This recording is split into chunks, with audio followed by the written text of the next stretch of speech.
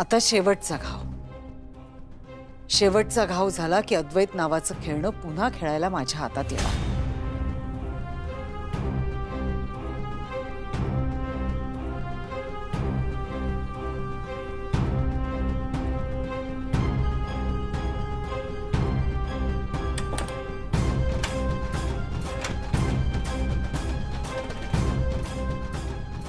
अद्वैत बघच तू आता,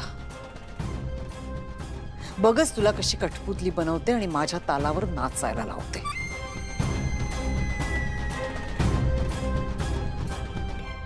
आज सकाळी ऑफिसला जाताना अद्वैत साहेब मला म्हणत होते की जसं संकेत आल्यानंतर देवी आई माझ्याकडून कार्य करवून घेते तसंच कदाचित विरोचक राक्षस बाईसाहेबांकडून काम करवून घेत असेल. आणि त्यात आता बाबांचा असा फोन आला. आता मला भीती वाटायला लागली. आता अद्वैतच्या मनात नेमकं काय सुरू आहे ते आपल्याला कळायला हवं. मी तुला म्हटलं नव्हतं, अद्वैतची सहानुभूती मिळवण्याचा ती पुन्हा प्रयत्न करणार.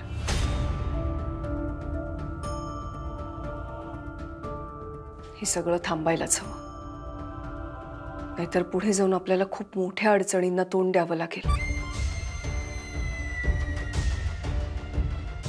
आपण एक काम करूया, आपण आत्ता जाऊन अद्वैतला भेटूया. आता? हो आत्ता. दुसरा पर्याय आहे? हा साहेब बोला. नेत्र तू घरीच आहेस ना? हो घरीच आहे मी. नेत्र जरा आईच्या बेडरूम मध्ये जाऊन बघ ना. का, काय झालं?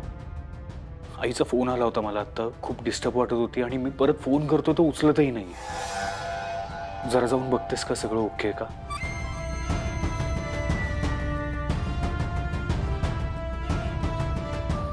हॅलो नेत्रा, नेत्रा ऐकतेस का तू? प्लीज जरा लवकर जाऊन बघ ना. हो हो मी बघते. आणि मला कळव काय ते. हो साहेब.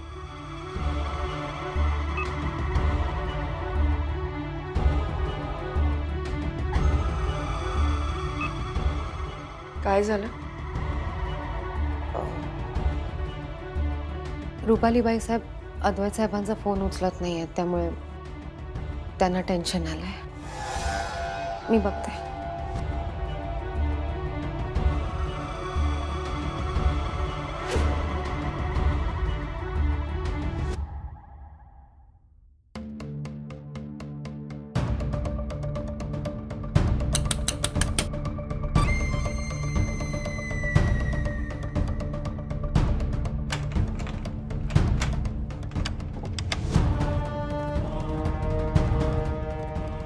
ये, वाटच बघत होते तुझी. नाही तू काहीच सांगू नकोस मला, मला माहितीये तू का आलीस. ये ग, ये ये ये ये.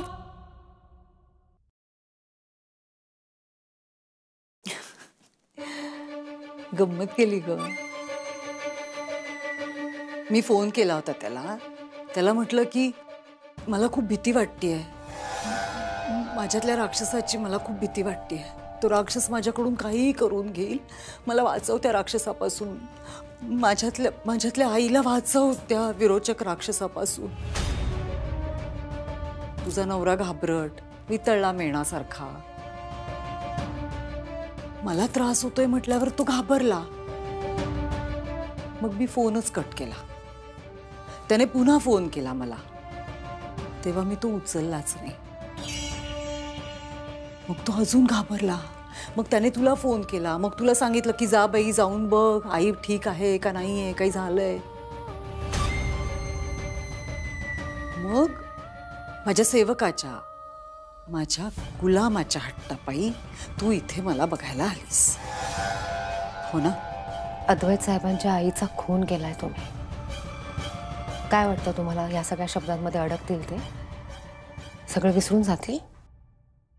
खून भी केलाय विरोचकाने, रुपालीने नाही.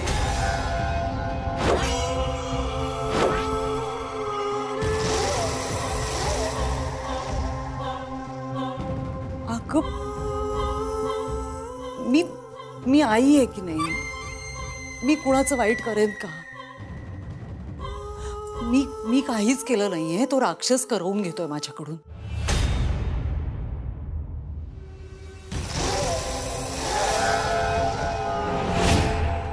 विरोचक कुणालाही सोडणार नाही, सेवकाला तर नाहीच नाही. त्रेतायुगात गद्दारी केली आहे त्याने माझ्याशी. ऐनवेळी त्रिनयना देवीला साथ दिली आहे आणि गद्दारीची शिक्षा मृत्यू. हा विरोचक गुलामाला मृत्यूची शिक्षा देणार.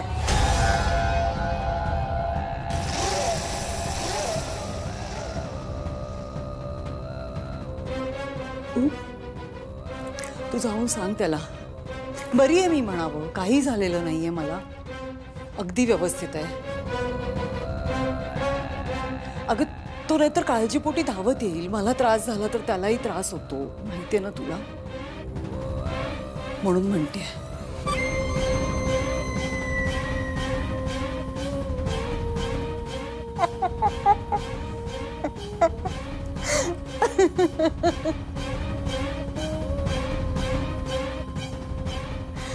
अगं गंमत केली मी. सांग जाऊन त्याला जाऊन सांग की मी नाटक करत होते.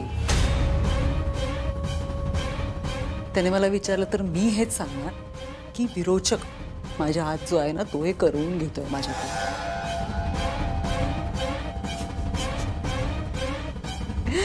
बघूया काय होतं. विरोचक रूपाली म्हात्रे.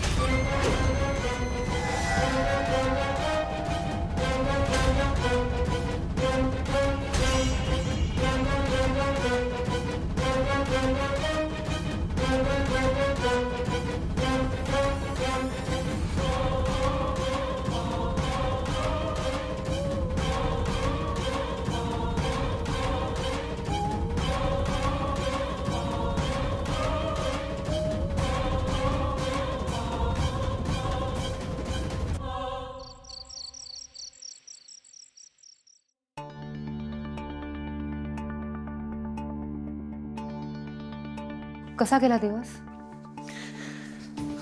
ऑफिसला जातोय खरं, पण कामात लक्षच लागत नाही. मी समजू शकते.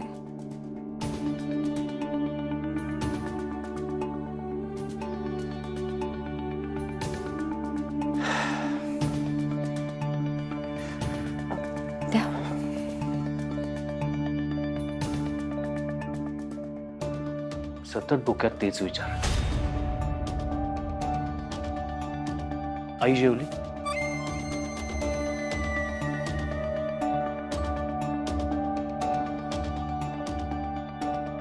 सॉरी साहेब, पण मला एक गोष्ट बोलायची आहे, अगदी स्पष्टपणे. काय? साहेब, तुमचा गैरसमज होतोय. कसला गैरसमज? जे काही घडतंय त्यात रुपालीबाई साहेबांचा काहीच दोष नाहीये, त्यांच्या हातात काहीच नाहीये. विरोचक त्यांना कंट्रोल करतोय हे सगळं ते दाखवतायत, तसं काहीही नाहीये. मग कसं आहे नेत्रा?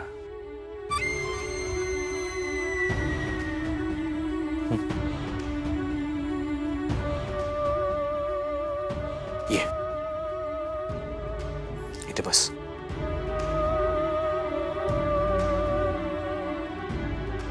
माझं फक्त एवढंच म्हणणं आहे की जर ती दोषी असेल तर तिला फाशी झाली तरी चालेल, पण एखाद्या निर्दोष व्यक्तीला शिक्षा होता कामा नये. काही झालं तरी त्या व्यक्तीला तिचं निर्दोषत्व सिद्ध करण्यासाठी थोडा वेळ लागला तरी चालेल. मित्र, बघ, मला कळतंय की माझं आईबरोबरचं बदललेलं वागणं, माझं आईबद्दलचं बदललेलं मत, हे सगळं बघून तुला, इंद्राणी आत्यांना, बाबांना खूप प्रश्न पडले असतील. पण नेत्रा, रिलॅक्स. तसं काही नाहीये, खरंच तसं काही नाही. मी फक्त मला पडलेल्या प्रश्नांची उत्तरं शोधतोय, दॅट्स इट. रुपाली बाईसाहेब, तुम्हाला तुमच्या प्रश्नांची उत्तरं कधीच मिळू देणार नाहीत साहेब. नाहीतर मी ऑलरेडी एक आई गमावली आहे. तिला वाचवण्यासाठी तेव्हा मी काहीच करू शकलो नाही. नाहीतर समज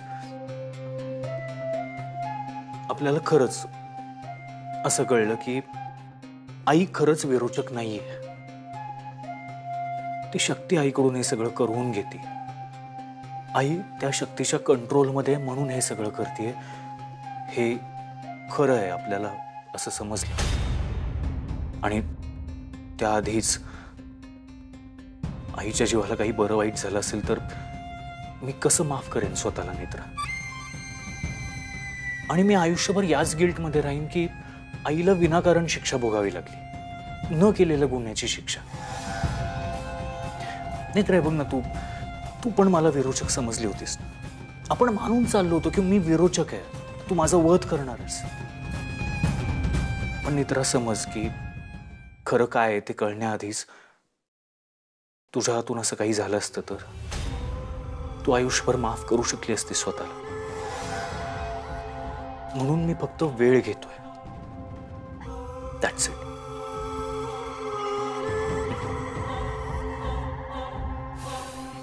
रिलॅक्स.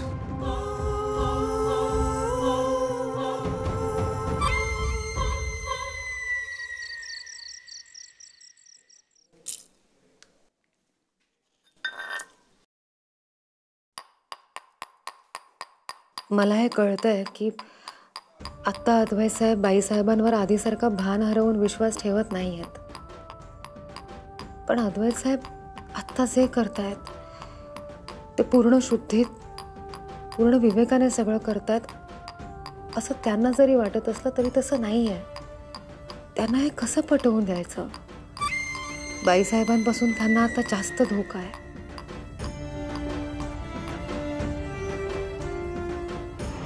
हा विरोचक गुलामाला मृत्यूची शिक्षा देणार. तर जाऊन सांग की मी नाटक करते. त्याने मला विचारलं तर मी हेच सांगणार की विरोचक माझ्या हात जो आहे ना तो हे करून घेतोय माझ्याकडून.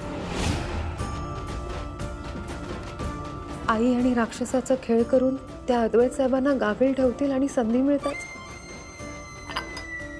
नाही, लवकरात लवकर चौथी पेटी सापडायला हवी. देवी आई, तूच मार्ग दाखव, काहीतरी मार्ग दाखव.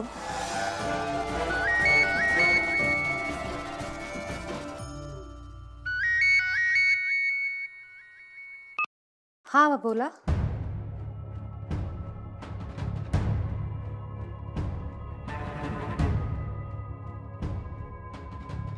आबा एकच मिनिट थांबा तुम्ही.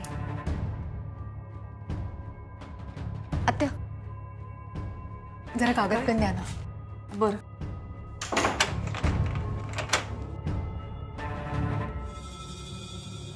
हा आबा बोला.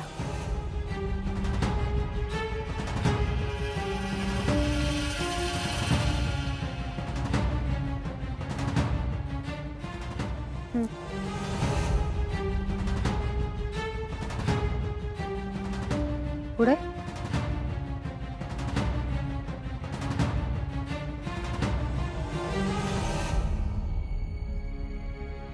बर, ठीक आहे आबा. हो, मी कळवते. हो. त्या आबांना एक खूप जुनी पोथी सापडली. त्यामध्ये त्यांना एक उल्लेख आढळला की त्रिनयना देवी आईने लोकांच्या रक्षणासाठी एका शक्तिशाली दैत्याचा वध केला. तो दैत्य स्वतःचं रूपही बदलायचा. जेव्हा देवी आईने त्या दैत्याचा वध केला तेव्हा तो एका अजस्त्र सिंहाच्या रूपात आला होता. आणि लोकांच्या मनातून भीती कायमची निघून जावी म्हणून देवी आईने त्या दैत्याचा वध केल्यानंतर त्या सिंहाच्या कातडाचं आसन बनवलं आणि त्या आसनावर देवी आई 9 वर्ष तपाला बसली.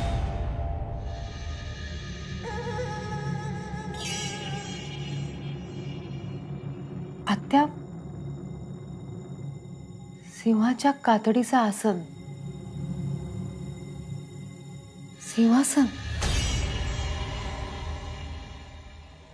आजच्या देवी आई सिंहासनावर बसली.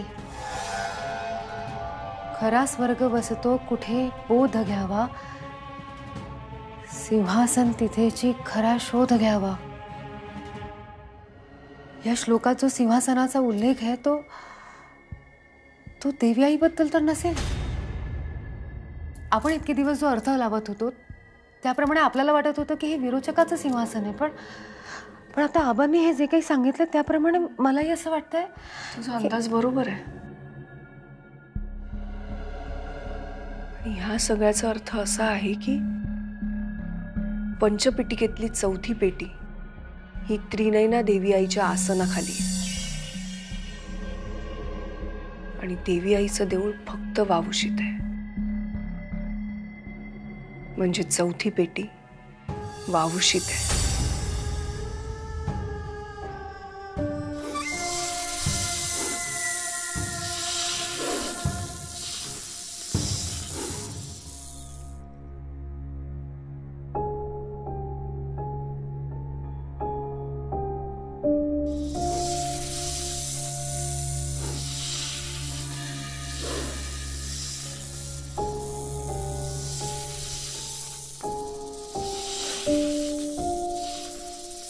काय झालंय? बाहेर जायचंय? अद्वैत ऑफिसला गेल्याशिवाय नाही जमणार आहे मला. ती नेत्रा पण जाऊ देणार नाहीये कुठे.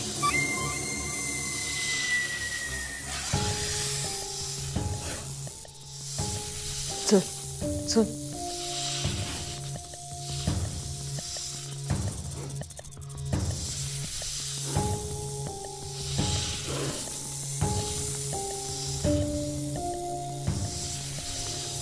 हा देवघराकडे का जातोय?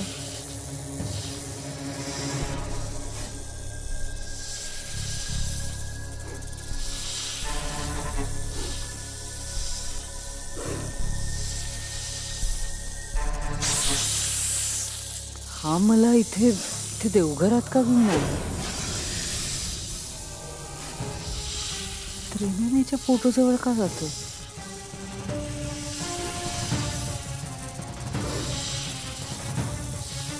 काय सांगण्याचा प्रयत्न करतो?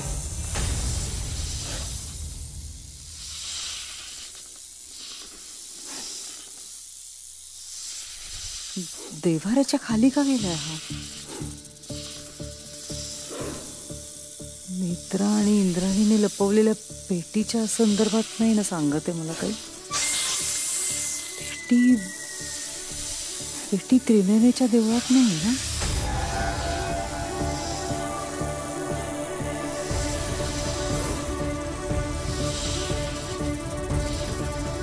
चौथी पेटी नेत्रा आणि इंद्राणीने या त्रिनयनेच्या देवळात लपवली आहे का? हं?